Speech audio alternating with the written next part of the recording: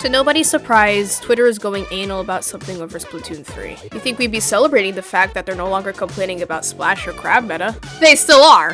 But it looks like they found something else to rag on. And the target this time is... Trizooka? Hold on, the game's been out for a year now. Everyone's talking about the countless amounts of crabs, jets, and now coolers being thrown around match after match. Never before have I heard us talking, much less complaining about a special that's rather fine. It has a loud sound cue, it needs a sense of skill to be mastered, and unlike the Trizooka, it only has 3 powerful shots to shoot. Why would anybody complain about such a good special? Who was the brain surgeon that buffed this brick shithouse of a special?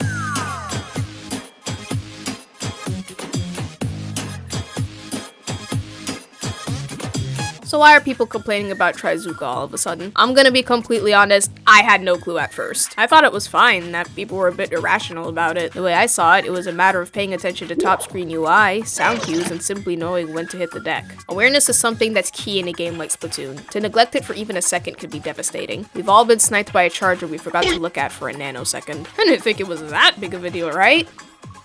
That seems like a pretty big deal to me, pal. Wait a minute, how did you get here? Hey, I'm The Stone, an Australian Splatoon content creator who's been playing at the top ranks of solo queue ever since day 1 of Splatoon 1. Spectre's right, awareness does play a big role in Splatoon 3. The main problem with Trizooka right now is that you sometimes have to have inhumane reaction times to even avoid it. Someone can go from not having the special to activating and firing it in less than a second. What you saw in the Zorconic clip can happen at any time in the match. If you're a backliner, you have to be scared of a splash shot or a squeezer getting this special and instantly killing you before you have the chance to move out of the way. If you're pushing an objective like a power clam in Clam Blitz or the Rainmaker in Rainmaker, you have no time to react to the Zuka shot coming straight for your noggin. And it's not like you can predict when someone is going to be close to getting Trizooka, since you can't see how many points they're up to like in spectator mode. All you have to do is stare up at the top of your screen to see if anyone has Trizooka and wait for the activation, but even then it might be too late as they've already killed you. Even back in the Splatoon 1 days, there were these discussions going on about startup times for Trizooka to where the devs had to nerf it, and now they've given it back in Splatoon 3. I swear, time is just a flat circle. Now wait a second, you might be crying to my lovely geode friend here. The clip shows all these targets moving in a straight line or being crowded together, 2 things you should never do in a Splatoon match. And I agree, it's sneaking 101 not to dash into the open, to plan out your routes before you go somewhere. I also think that bundling with your team is asking to get obliterated. However, not only was Exhibit A trying to avoid going in a straight line, I did not reach mid-level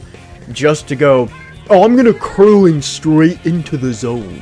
I literally say in the stream, I threw a curling forward, dude thinks I'm gonna go for it, and I don't. Because that's what you want to do with roller. You never always want to follow your curlings. But Exhibit B had no visual of these guys. Absolutely none. They popped it, shot in a direction, and essentially co-signed these poor souls' obituaries frame 1. That, in and of itself, is fucking absurd. As someone who used to defend this special a little religiously, it was eye-opening to say the least, seeing how unhealthy and unbalanced Zuka became as the meta changed around it. The community is given reactions of unrest, confusion, and in some cases outright anger over this debate. People, calm down, it's just a video game. But to be frustrated at something making your game unfun is reasonable in every way, especially knowing it can be fixed. Saying people have a skill issue for not having the reflexes of a caffeinated cat isn't fair. On the flip side, I can also see why people want the special to be left as is. I'll admit, it's fun and satisfying to have your clean arc shots. Getting it neutered machine style may not be up to everyone's fancy. It hurts seeing my favorite weapons get beat down because of nerfs. It sucks, I know, but I draw a line, since there's a perfect solution that's going over everyone's head here.